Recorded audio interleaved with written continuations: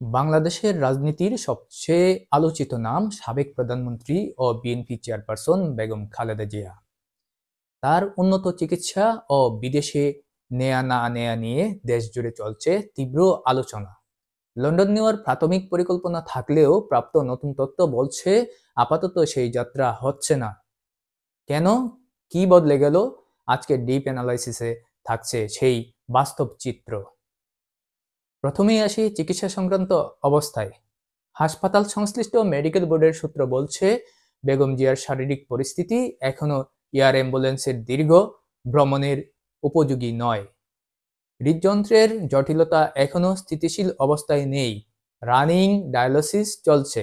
আর তার সঙ্গে আছে ডায়াবেটিস, কিডনি ও ফুসফুস সংক্রান্ত দীর্ঘদিনের জটিলতা, যেগুলো সামগ্রিকভাবে তাকে নাজুক অবস্থায় রেখেছে। রোগীর অবস্থা এমন হলে সাধারণত ফ্লাইট নয়, এয়ার অ্যাম্বুলেন্স লাগে, যেখানে থাকে আইসিইউ মানের মনিটরিং, ভেন্টিলেটর, লাইফ সাপোর্ট। কিন্তু সবচেয়ে গুরুত্বপূর্ণ শর্ত হলো রোগীর ভ্রমণ ক্ষমতা। ওই একটা জায়গায় শেষ পর্যন্ত লাল সিগন্যাল জ্বলে গেছে।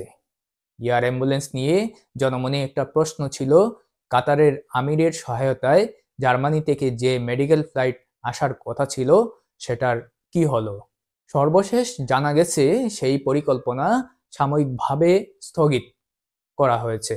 স্থগিত হওয়ার কারণও মূলত চিকিৎসাজনিত।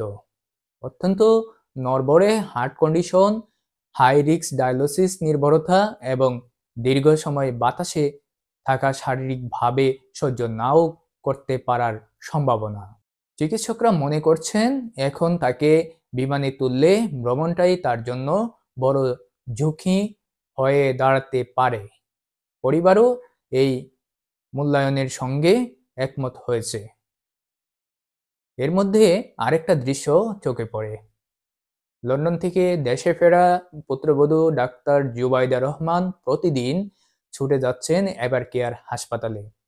তিনি নিজে চিকিৎসক, তাই পুরো টিমের সঙ্গে আলোচনা, রিপোর্ট দেখা, চিকিৎসা পরিকল্পনা বোঝা, সবকিছুতেই তিনি নিবিড়ভাবে যুক্ত আছেন। অনেকেই বলছেন জুবাইদার দেশে ফিরে আসা চিকিৎসা ব্যবস্থাপনার একটা নতুন স্তর যোগ করেছে।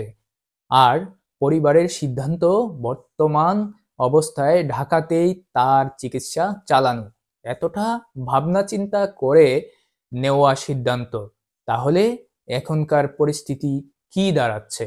সংক্ষেপে, বিদেশ যাত্রা আপাতত স্থগিত। এয়ার অ্যাম্বুলেন্সের প্রস্তুতি হোল্ড মোডে। চিকিৎসার কেন্দ্র পুরোপুরি ঢাকায়। নিয়মিত dialysis plus cardiac monitoring. Medical board দিনরাত অবস্থা পর্যবেক্ষণ করছে এবং সবচেয়ে বড় কথা, তার ভ্রমণ ক্ষমতা স্টেবল না হওয়া পর্যন্ত এই অবস্থায় কোনো পরিবর্তন আসার সম্ভাবনা খুবই কম। বিভিন্ন হাসপাতালের অভিজ্ঞতা বলছে, খালেদা জিয়ার মতো রোগীর চিকিৎসায় প্রতিটি সিদ্ধান্তই অত্যন্ত সতর্কতা ও ঝুঁকি বিবেচনা করে নিতে হয়। রাজনীতির বাইরে গিয়ে এখন সবচেয়ে বড় প্রাধান্য তার জীবন ও স্বাস্থ্যের নিরাপত্তা।